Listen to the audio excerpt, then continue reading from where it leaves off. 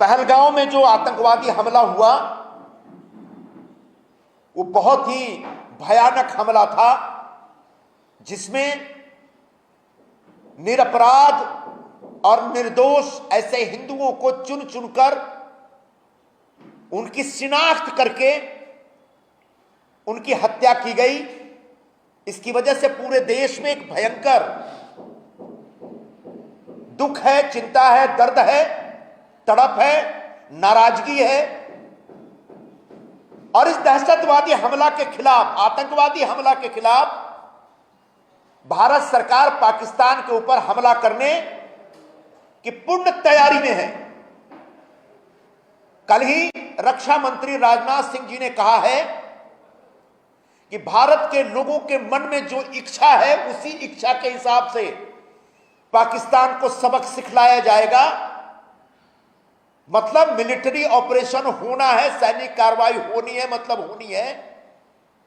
ऐसी परिस्थिति में जब भारत की तरफ से पाकिस्तान पर पूरी तरह से आर्थिक बंदी लागू कर दी गई है, आयात बंदी लागू कर दी गई है, पानी बंदी लागू कर दी गई है, हवाई माध्यम से कि वहां भूमि के रास्ते से या समुद्री रास्ते से पाकिस्तान के साथ किसी प्रकार का कोई आदान प्रदान अब नहीं होगा।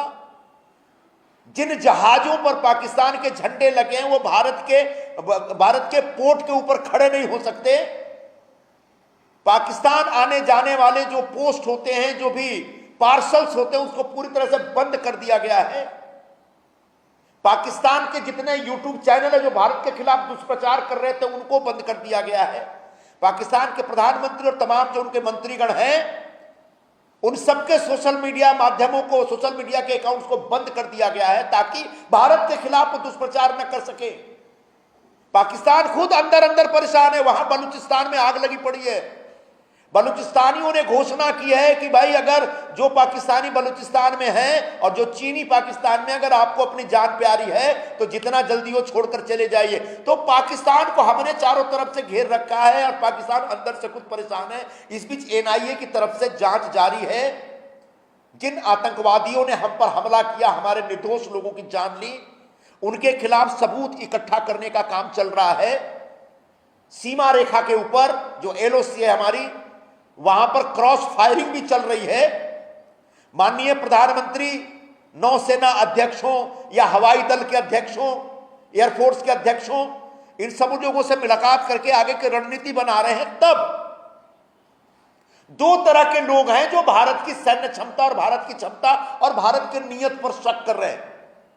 वो दो तरह के लोग, मतलब एक स्वयं पाकिस्तान जो बार बार कहता है कि हिंदुस्तान को हम सबक सिखाएंगे, जबकि हालात यह है कि एक बार हिंदुस्तान ने हमला बोल दिया तो 3-4 दिन के अंदर पूरा पाकिस्तान साफ हो जाएगा, बचेंगे नहीं कोई वहां पे।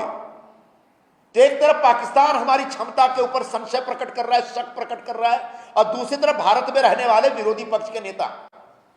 कल आपने देखा होगा कांग्रेस के एक नेता जो बनारस के हैं, उन्होंने राफेल का एक खिलौना बनाया। राफेल जो फाइटर जेट है, फाइटर विमान है, उसका खिलौना बनाया और उसमें नींबू और मिर्ची लगा करके एक मजाक उड़ाने की कोशिश कर रहे हैं। कांग्रेस पार्टी की एक भूमिका रही है फ्रांस के साथ राफेल की डील को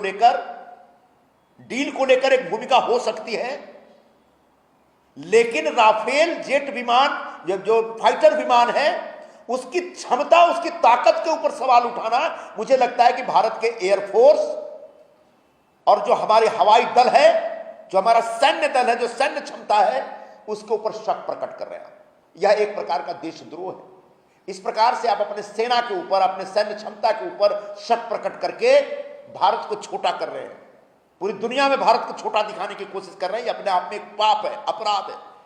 बिल्कुल उसी तरीके से जो उबाठा के हमारे प्रवक्ता हैं, बांडुप का भूंगा, एकदम बोगस आदमी, वह भी रोज पहलगांव हमले को लेकर के भारत सरकार की भूमिका पर सवाल उठाते रहते हैं। ऐसा लगता है जैसे पाकिस्तान से उनको सुपारी दी गई। ऐसा लगता है संजय राउत ने पाकिस्तान से सुपारी लेकर के भारत सरकार की क्षमता अब भारत सरकार की कार्रवाइयों के ऊपर प्रश्न उपस्थित करने का काम शुरू कर दिया। रोज पहलगांव घटना के बाद दिन गिनने का उनका काम चल रहा है। 10 दिन हो गया, 11 दिन हो गया, 12 दिन हो गया, और इसी सिलसिले में वो बार बार ये कहते रहे युद्ध कब करेंगे। युद्ध करने से पहले एक वातावरण तैयार करना पड़ता है, पूरी दुनिया की ताकतों को अपने साथ लेना पड़ता है, जो दुश्मन देश है उसकी ताकत को अंदर अंदर कमजोर करना पड़ता है, और वो प्रक्रिया चल रही है। इतना बेचैन मत होइए। अगर युद्ध करने के लिए इतना ज्यादा लालायित हैं तो जाइए बॉर्डर पे, आप लड़के दिखाइए। आप नहीं जाएंगे क्योंकि आपके नेता खुद ही ऐसे वक्त प्रदेश में घूम रहे हैं, विदेश में घूम रहे हैं। उनको कोई लेना देना नहीं कि पहलगांव में इतने सारे हिंदुओं की हत्या हुई, महाराष्ट्र के 6 लोगों की हत्या हो गई। उनके लिए सहानुभूति के 2 शब्द तक व्यक्त नहीं किए उनके नेताओं ने। आज प्रदेश घूमने में व्यस्त हैं। तो आपने जो एक राजनीति करने का एक जो कोई भी मौका नहीं छोड़ते हैं, वो सरासर गलत है। बिल्कुल आप विरोधी पक्ष में हैं, राजनीति करिए, लेकिन जब देश एक युद्ध की अवस्था में हो, जब देश में बड़े पैमाने पर लोग शोकमग्न हो, जब देश में भारत सरकार, केंद्र सरकार दुश्मन देश को सबक सिखाने की कार्रवाई करने में लगी हो, तब राजकारण नहीं होना चाहिए, तब राजनीति नहीं होनी चाहिए। लेकिन भांडुप के जो भोंगा हैं, जो उबाठा के बोगस प्रवक्ता हैं, उन्होंने बार बार इस प्रकार का एक भारत सरकार के कामकाज के ऊपर सवाल उठाने का एक प्रयत्न किया है, जबकि भारत सरकार की तरफ से पाकिस्तान को चारों ओर से घेरने की एक जबरदस्त व्यूह रचना चल रही है, और इस व्यूह रचना में फंस करके पाकिस्तान तबाह होगा, बर्बाद होगा। और दहशतवाद, जो आतंकवाद के ठिकाने उन्होंने पाल रखे हैं, एक एक ठिकाने को नष्ट करने में भारत को कामयाबी मिलेगी। यह हमारा संकल्प है, और यह हमारी अपेक्षा भी, और यही हमारी उम्मीद भी है, और यह हमारी कामना है। ऐसे में जो उबाठा के जो प्रवक्ता हैं, जो लगातार झूठ बोलते हैं, कल भी उन्होंने 2-3 इसी प्रकार का झूठ बोला है। उन्होंने कहा कि वो एक तानाशाह के खिलाफ लड़ाई लड़ रहे हैं, तानाशाही के खिलाफ लड़ रहे हैं। और तानाशाह बोलते समय मतलब वो प्रधानमंत्री मोदी और अमित शाह जी की तरफ इशारा करने का प्रयत्न कर रहे हैं। अगर ये तानाशाही हैं, अगर ये तानाशाह हैं और तानाशाही सरकार चला रहे हैं, तो उद्धव ठाकरे बार बार उनसे मिलने के लिए टाइम क्यों मांग रहे हैं? विधानसभा चुनाव के बाद से लगातार उद्धव ठाकरे की तरफ से और उबाठा की तरफ से प्रयत्न हो रहा है कि पुनः वो भारतीय जनता पार्टी के साथ जुड़े। उनकी स्पीच यहां महाराष्ट्र में कई मीटिंगें भी हो गई हैं। हाँ, दिल्ली में वो मीटिंग के लिए टाइम मांग रहे हैं। टाइम मांगने के लिए, प्रधानमंत्री जी की अपॉइंटमेंट मांगने के लिए, गृह मंत्री जी की अपॉइंटमेंट मांगने के लिए उन्होंने कितनी बार फोन किए हैं, ये बताएं कि हम आपको। सच ये है कि आपके लिए भारतीय जनता पार्टी ने नो एंट्री का बोर्ड लगा रखा है। भारतीय जनता पार्टी आपको अपने साथ नहीं लेना चाहती है, यह आपको पता चल गया है। इस बीच जब उनके एमपी, उनके सांसदों में एक नाराजगी पैदा हुई और उन्हें कहा कि भाजपा से दूर रहकर के वो सर्वाइव नहीं कर सकते, उनको निश्चित तौर पर भाजपा के साथ जाना पड़ेगा, या तो विद्रोह करके जाएं, जैसे भी जाएं, तब उद्धव ठाकरे ने अपने सांसदों को बोला कि थोड़ा सा धीरज रखिए, हम पूरी पार्टी लेकर बीजेपी के साथ जाना चाहते हैं, जाने की तैयारी में हैं, इसलिए अभी पार्टी तोड़ के जाने की जरूरत नहीं है। तो ऐसे लोग ड्रामा करते हैं, ढोंग करते हैं कि हम हुक्मशाही के खिलाफ, तानाशाह के खिलाफ लड़ाई लड़ रहे हैं। कोई लड़ाई नहीं लड़ रहे हैं। चूंकि आपकी एंट्री बैन कर दी गई है, आपका प्रवेश निषिद्ध कर दिया गया है, इसलिए उस कुंठा में रोज रोज सरकार से सवाल पूछते हैं, उस कुंठा में रोज रोज सरकार को बदनाम करने का प्रयत्न करते हैं। ये आप अपनी कुंठा में सरकार को नहीं, देश को बदनाम कर रहे हैं, देश की सैन्य क्षमता को बदनाम कर रहे हैं, देश की सेना के जवानों को बदनाम कर रहे हैं। तो ऐसे व्यक्ति ने कल जो लगातार झूठ बोलते रहते हैं, कल भी एक झूठ बोला कि लाडकी बहन योजना महाराष्ट्र में बंद हो गई। ये सरासर झूठ है। लाडकी बहन योजना सतत चालू है। हमारे पार्टी के मुख्य नेता और महाराष्ट्र के पूर्व मुख्यमंत्री, महाराष्ट्र के विद्यमान उप मुख्यमंत्री श्री एकनाथ जी शिंदे, जो इस योजना के शिल्पकार हैं, उन्होंने साफ साफ शब्दों में घोषणा कर दी है कि लाडकी बहन योजना कोई बंद नहीं कर सकता, कभी बंद नहीं होगी। और उस योजना के हिसाब से 2 करोड़ से ज्यादा लाडली बहनों को हम प्रति माह 1,500 रुपए दे रहे हैं। किसी को 500 रुपए नहीं दिया गया, सरासर झूठ है। हां, हमने घोषणा की थी कि हम 2100 रुपए देंगे, कुछ आर्थिक नियोजन आवश्यक है उसके लिए, जिसकी वजह से 2100 रुपए देने की घोषणा अभी तक लागू नहीं हुई है, लेकिन वो लागू होगी, क्योंकि हमने एक बार वचन दिया अपने बहनों को, तो उस वचन को पूरा करेंगे। लेकिन आज जो उबाठा वाले लाडली बहन योजना के लिए आंसू बहा रहे हैं, जब ये योजना शुरू की थी शिंदे जी ने, तब इस योजना के खिलाफ पूरी पार्टी बोलती थी। उनके सहयोगी कांग्रेस पार्टी ने तो यहां तक घोषणा कर दी थी कि अगर उनकी सरकार आएगी तो इस योजना को वो बंद कर देंगे। आखिरकार नतीजा यह हुआ कि लाडली बहनों ने इनकी सरकार आने ही नहीं दी, बल्कि इनको पूरी तरह से जमीन पे सुला दिया। तो ऐसे झूठा प्रचार करने वाले, जो लाडली बहन योजना के खिलाफ जो झूठा प्रचार कर रहे हैं, दुष्प्रचार कर रहे हैं, ऐसे व्यक्तियों से महाराष्ट्र की लाडली बहनों को सावधान होना चाहिए। बल्कि ऐसे व्यक्तियों को, जो बोगस व्यक्ति जो लाडली बहनों के खिलाफ दुष्प्रचार कर रहे हैं, वो जहां मिले उनको जूते से मारना चाहिए, क्योंकि ये हमारी बहनों के खिलाफ दुष्प्रचार कर रहे हैं। महाराष्ट्र में तीनों नेता बन मिलकर के, चाहे दोनों उप मुख्यमंत्री हो, मुख्यमंत्री हो, उनके बीच एक जबरदस्त सामंजस्य है, और इस सामंजस्य के साथ महाराष्ट्र में विकास और जन कल्याण के कार्यक्रम बहुत तेजी से लागू हो रहे हैं। और जो मैंडेट हमको मिला है, उस मैंडेट का सम्मान करते हुए पूरे महाराष्ट्र में आने वाले 5 वर्षों में जितने भी वर्ग हैं, जितने भी स्टेक होल्डर्स हैं, जितने भी समाज के अलग अलग घटक हैं, उन सारे घटकों के लिए उनके विकास और कल्याण के कार्यक्रम लागू किए जाएंगे। और कोई विषय था इसमें? नहीं, इसमें और कोई विषय रह गया? पता नहीं। हाँ, बोलो सर। राहुल गांधी का बयान आया कि मैं कांग्रेस में नहीं था जब कांग्रेस ने कई गलतियां की थी, उसके लिए मैं माफी मांगना चाहता हूं, इस तरह का बयान है। राहुल जी का बयान निश्चित तौर पर स्वागत योग्य है। 1984 में जब उनकी दादी श्रीमती इंदिरा गांधी जी की निर्दयता पूर्वक हत्या की गई थी, उसके प्रतिक्रिया स्वरूप दिल्ली में एक भयंकर सिख विरोधी हिंसा हुई थी। सैकड़ों, हजारों, पता नहीं कितने सिखों की जान चली गई थी उसमें।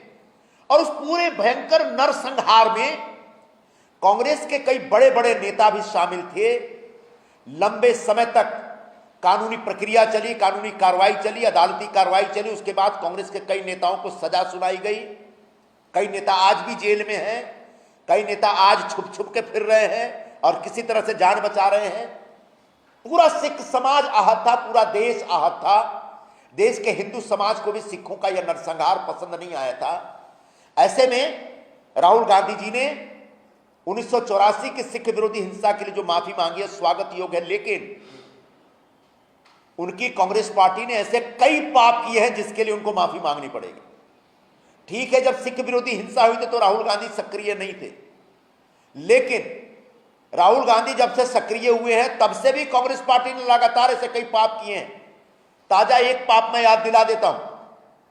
कुछ महीने पहले पार्लियामेंट में राहुल गांधी स्वयं खड़े हुए और हिंदुओं के एक पवित्र धर्म ग्रंथ मनुस्मृति हाथ में लेकर के उसके खिलाफ बयानबाजी की थी और कहा था कि यह मनुस्मृति गलत है। अब पता नहीं उसके लिए और भी कई अपशब्द का इस्तेमाल किया था। उसको हाथ में लेते हुए हमारे शंकराचार्य जी ने उनको 3 महीने की नोटिस दी कि आपने हिंदुओं के धर्म ग्रंथ का अपमान किया, इसके लिए माफी मांगिए। उन्हें माफी नहीं मांगी। कल शंकराचार्य जी ने हिंदुओं के धर्म ग्रंथ का अपमान करने के आरोप में राहुल गांधी को बहुत खरी खोटी सुनाई और कह दिया है, घोषणा की है कि राहुल गांधी का किसी भी हिंदू मंदिर में प्रवेश बंद है, निषिद्ध है। ऐसे में मुझे विश्वास है कि राहुल गांधी जैसे सिख विरोधी हिंसा के लिए माफी मांगे, बिल्कुल वैसे ही मनुस्मृति का अपमान करने के लिए भी बहुत जल्दी उनको माफी मांगनी पड़ेगी। इसके अतिरिक्त जो तमाम बुरी हरकतें कांग्रेस ने की है उनके लिए भी राहुल गांधी को माफी मांगनी ही पड़ेगी। सर, मौलाना मदनी है, उन्होंने ये कहा कि पहलगाम हमले के बाद एक चौंकाने वाला बयान उन्होंने दिया है कि इस्लाम धर्म पूरी दुनिया में बहुत तेजी से बढ़ रहा है और ये जो हरकत हुई है ये इस्लाम को बदनाम करने की साजिश है, क्योंकि पूरी दुनिया इस्लाम की तरफ तेजी से आ रही है। दूसरा, भारत और पाकिस्तान के बीच युद्ध नहीं होना चाहिए। भारत और पाकिस्तान के बीच युद्ध नहीं होना चाहिए, ये बोलने वाले पाकिस्तानी हैं। या फिर हिंदुस्तान में रहने वाले जिहादी और दंगाई प्रवृत्ति के मुसलमान हैं या विरोधी पक्ष के नेता लोग हैं, तो हमें बहुत आश्चर्य नहीं हो रहा है। इनकी भावनाएं हिंदुस्तान से कम पाकिस्तान से ज्यादा जुड़ी हैं। उनको पता है कि हिंदुस्तान पाकिस्तान युद्ध हुआ तो हिंदुस्तान पाकिस्तान को बर्बाद कर देगा। यह शायद मदनी साहब को बर्दाश्त नहीं होगा, इसीलिए उन्होंने इस प्रकार की बात कही है जो इसका हम निषेध करते हैं। अगर मदनी साहब कहते हैं कि पाकिस्तान के साथ युद्ध नहीं होना चाहिए, तो जिन हिंदुओं, निरपराध हिंदुओं की हत्या पाकिस्तानियों ने की है, उसकी जिम्मेदारी वो लेते हैं क्या? उन पाकिस्तानी आतंकवादियों को पकड़ करके ला करके हिंदुस्तान में खड़ा करते हैं क्या?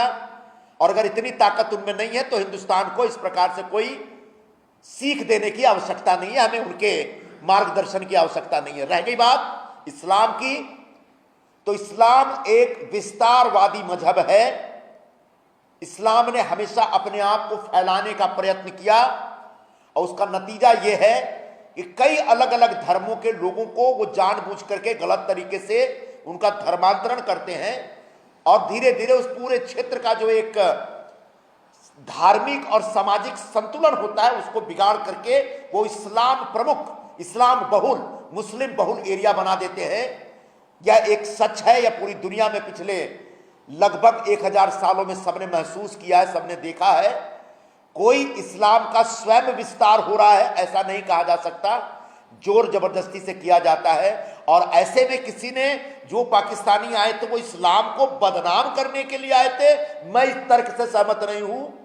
हाँ, वो हिंदुओं पर हमला करने आए थे, हिंदुओं को नष्ट करने आए थे, हिंदुओं की हत्या करने आए थे, यह उनकी मोटिव थी और इस मोटिव को हम पहचानते हैं। और इसके लिए मदनी साहब किसी और विश्लेषण में न पड़े तो बेहतर होगा, वरना उनकी भूमिका उस आतंकवादी हमले में भी शामिल थी, ऐसा कहीं ना कहीं जांच का विषय न बन जाए।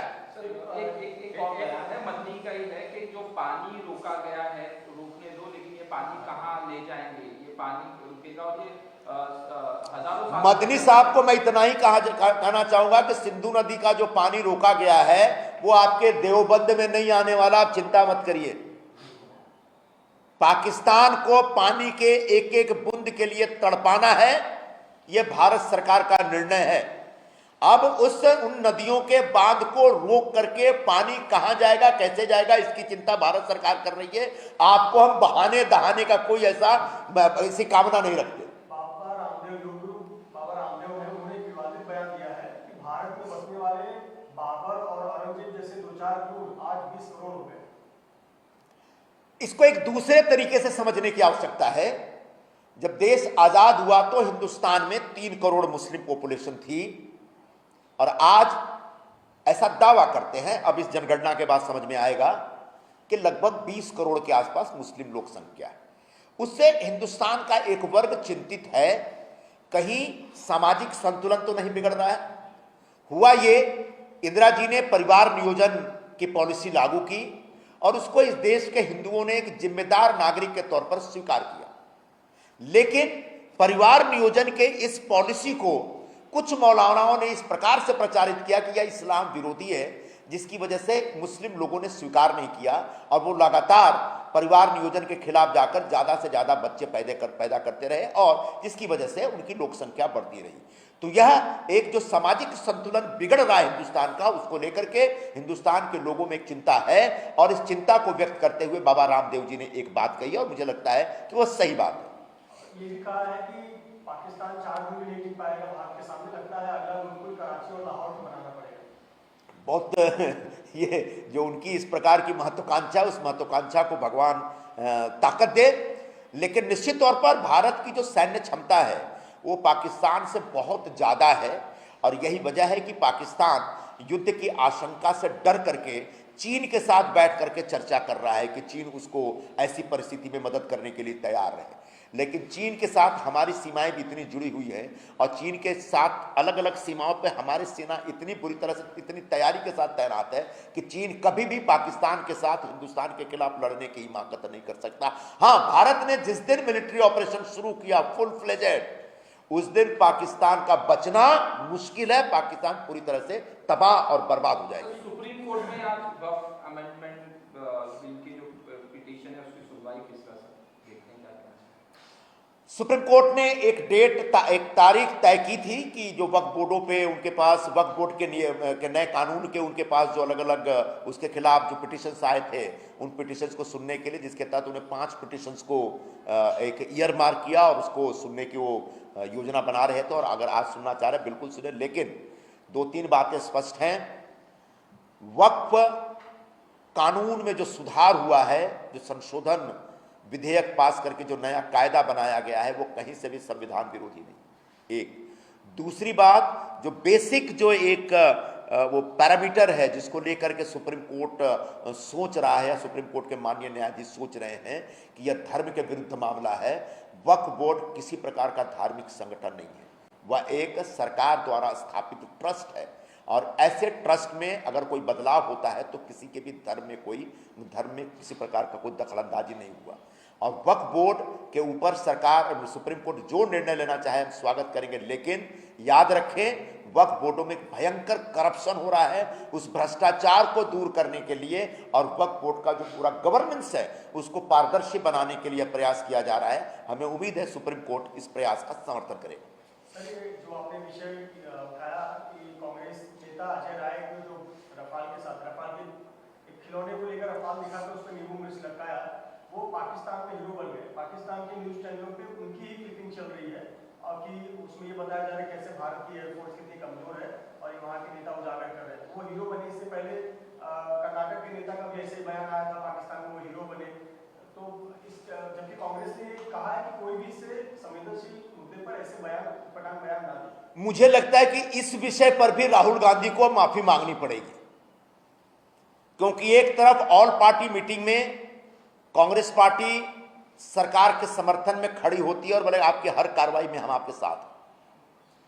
बाद में सीडब्ल्यूसी की मीटिंग होती है, वहां पर तथाकथित तौर पर एक प्रस्ताव पारित किया जाता है कि कांग्रेस सरकार के साथ है। ऐसे में कांग्रेस के कुछ नेता राफेल का खिलौना बनाकर उसमें नींबू और मिर्ची लटका करके जो मजाक बना रहे हैं, उससे और कुछ नहीं, भारत की सैन्य क्षमता का मजाक उड़ाया जा रहा है। यह शर्मनाक है कि इस समय पाकिस्तान के हीरो अजय राय बन गए। अजय राय बनारस के हैं, मेरे भी मित्र हैं, और ऐसे में उनको शर्म आनी चाहिए कि जो भारत विरोधी भूमिका वो ले रहे हैं, भारत की सेना का अपमान करने के लिए भूमिका जो ले रहे हैं, भारत के जो फाइटर विमान हैं उसकी क्षमता को कम आंकने का जो एक शर्मनाक प्रयास वो कर रहे हैं, उसका नाजायज फायदा पाकिस्तान उठा रहा। और यही हम बार बार कह रहे हैं कि पाकिस्तान के साथ युद्ध की स्थिति में ऐसे में ऐसी कोई हरकत मत करिए जिससे भारत की नाक कटे या भारत के क्षमता पर सवाल उठे और पाकिस्तान को उसका नाजायज फायदा उठाने का मौका मिले। एक वीडियो वायरल हो रहा है, रेलवे स्टेशन का बताया जा रहा है, पायदान पे पाकिस्तान के झंडे चिपकाए गए और एक मुस्लिम महिला उस झंडे को निकाल रही है, जबकि लोग उसका विरोध कर रहे हैं। वो बोलते चाहे कुछ भी हो जाए मैं इस झंडे को निकाल के रहूंगी। अब उस महिला के खिलाफ पाकिस्तानी प्रेमी उसको बताया जा रहा है और उसके खिलाफ कार्रवाई की मांग की जा रही है। ऐसी कई घटनाएं हुई।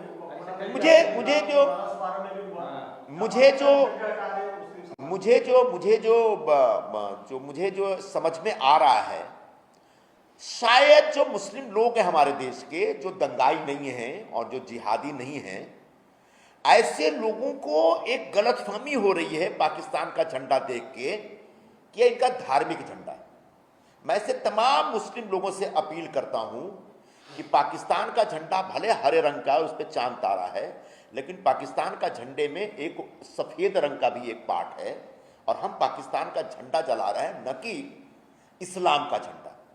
इस्लाम का झंडा उनके धर्म का ध्वज है, उसका हम सम्मान करते हैं जैसे हम सभी धर्मों का सम्मान करते हैं। और ऐसे में अगर कोई इस्लाम का झंडा समझ करके पाकिस्तान के झंडा का समर्थन कर रहा है तो हम ऐसे मुसलमान के खिलाफ। एक मिनट को कंप्लीट होने दो। तो पाकिस्तान के झंडे से प्रेम करने वाले जो मुसलमान हैं हिंदुस्तान में, उनको हिंदुस्तान में रहने का कोई अधिकार नहीं। वो बेशक पाकिस्तान चला जाए, बाघा बॉर्डर उन्होंने खोल दिया है, लेकिन हिंदुस्तान में रह के, हिंदुस्तान का खा के, हिंदुस्तान का पी के, हिंदुस्तान की रोटी खा के, हिंदुस्तान का पानी पी के, अगर आप पाकिस्तान के झंडे को बचाने के लिए तड़प रहे हैं तो यह हिंदुस्तान के साथ देशद्रोह है, राष्ट्रद्रोह है, और इसके लिए आपको माफ नहीं किया जा सकता। हां, हम आपके धर्म के झंडे का सम्मान करते हैं, साफ साफ कह रहे हैं, लेकिन उस पाकिस्तान से पूछिए जिसने आपके धर्म के झंडे को अपना रखा है, इसमें थोड़ा सा एक ऑल्ट्रेशन किया है, तो हम याद करके पाकिस्तान के झंडे के खिलाफ ही कार्रवाई कर रहे हैं और इसके प्रति हिंदुस्तान में किसी के मन में सम्मान नहीं होना चाहिए। मगर सर, महाराष्ट्र में जैसे झंडे का प्रकरण चल रहा है तो लोग ये भी कहना शुरू कर दिए कि जिस तरह से भारत देश में रहने वाले जो मुस्लिम समाज के लड़के हैं, पाकिस्तान के लड़कियों से शादी किया, कई लाख लड़कियां यहाँ आ गई, आज वही लड़कियां झंडे बचाने के लिए और ये उग्रवादी जैसा। मुझे एक बात समझ में नहीं आती कि जो पाकिस्तान के लड़कों ने, मर्दों ने जो हिंदुस्तान की लड़कियों से शादी की है, वो शादी के बाद हिंदुस्तान में क्यों रहती हैं? अभी जब पाकिस्तानी नागरिकों को भारत छोड़ो का आदेश हुआ तो बहुत सारी ऐसी महिलाओं के बयान और उनके वीडियो हमने देखे जो कर हम इतने साल से यहां पे रह रहे, अचानक जाने को बोल दिया। अरे जब तुम्हारा शौहर पाकिस्तान में रहता है और तुम्हारी शादी हो चुकी है तो तुमको पाकिस्तान में रहना चाहिए, हिंदुस्तान में क्यों रह रहे? इसके पीछे कुछ और चल रहा है क्या? इसकी छानबीन होनी चाहिए। जिन लोगों को भी अगर किसी पाकिस्तानी महिला ने हिंदुस्तानी मर्द से शादी कर ली है और उसको विधिवत तरीके से हिंदुस्तान की नागरिकता प्राप्त हो गई है तो निश्चित तौर पर उसको हिंदुस्तान में रहने का हक है, और जब वो हिंदुस्तान की नागरिकता प्राप्त हो गई तो उसके अंदर का जो पाकिस्तानी खून है वह पाकिस्तानी झंडा जलाते समय नहीं खोलना चाहिए, ये हम उससे अपेक्षा करते हैं। सर, उल्लू ऐप को लेकर जिस प्रकार से इजाज खान के ऊपर एफआईआर दर्ज हुआ है, वहीं आप उसके पहले भी ड्रग्स मामले में उनका खिलाफ एफआईआर दर्ज हुआ था, अरेस्ट हुए थे। अब क्या जो जिस प्रकार से ये ऐप को लेकर बयान चल रहा है, क्या इस पे भी कड़ी कार्रवाई होनी चाहिए सर? उल्लू के खिलाफ चांदपुर पुलिस ने रेप का मामला भी दर्ज किया जिसमें वो वांटेड बताए जा रहे हैं। पुलिस उनको ढूंढ रही है, घर पे गई थी पुलिस लेकिन वो नहीं मिले हैं। उल्लू ऐप पर जो हाउस अरेस्ट नाम का एक निहायत अश्लील रियलिटी शो चल रहा है, तथाकथित तौर पर रियलिटी शो, वह रियलिटी शो बंद हो गया है। उल्लू ऐप पर भी बैन लगा दिया गया है। अब उस शो के माध्यम से जिन्होंने नग्नता और अश्लीलता फैलाई है उनके खिलाफ सख्त कार्रवाई होनी चाहिए, और इस आशय से मुंबई के अलग अलग पुलिस स्टेशन में एजाज खान और तमाम लड़कियों के खिलाफ एफआईआर दर्ज हुए हैं। अब मुंबई पुलिस एजाज खान को ढूंढ करके उसको ऐसी कड़ी सजा दे कि दोबारा वो टेलीविजन पर जाने से पहले 50 बार सोचे, क्योंकि उसने सारी मर्यादाएं लांघ दी, उसने सारी लक्ष्मण रेखा का उल्लंघन किया और उसने सरेआम जो अश्लीलता का बेशर्मी की तरह प्रचार प्रसार किया है उसको बर्दाश्त नहीं किया जा सकता।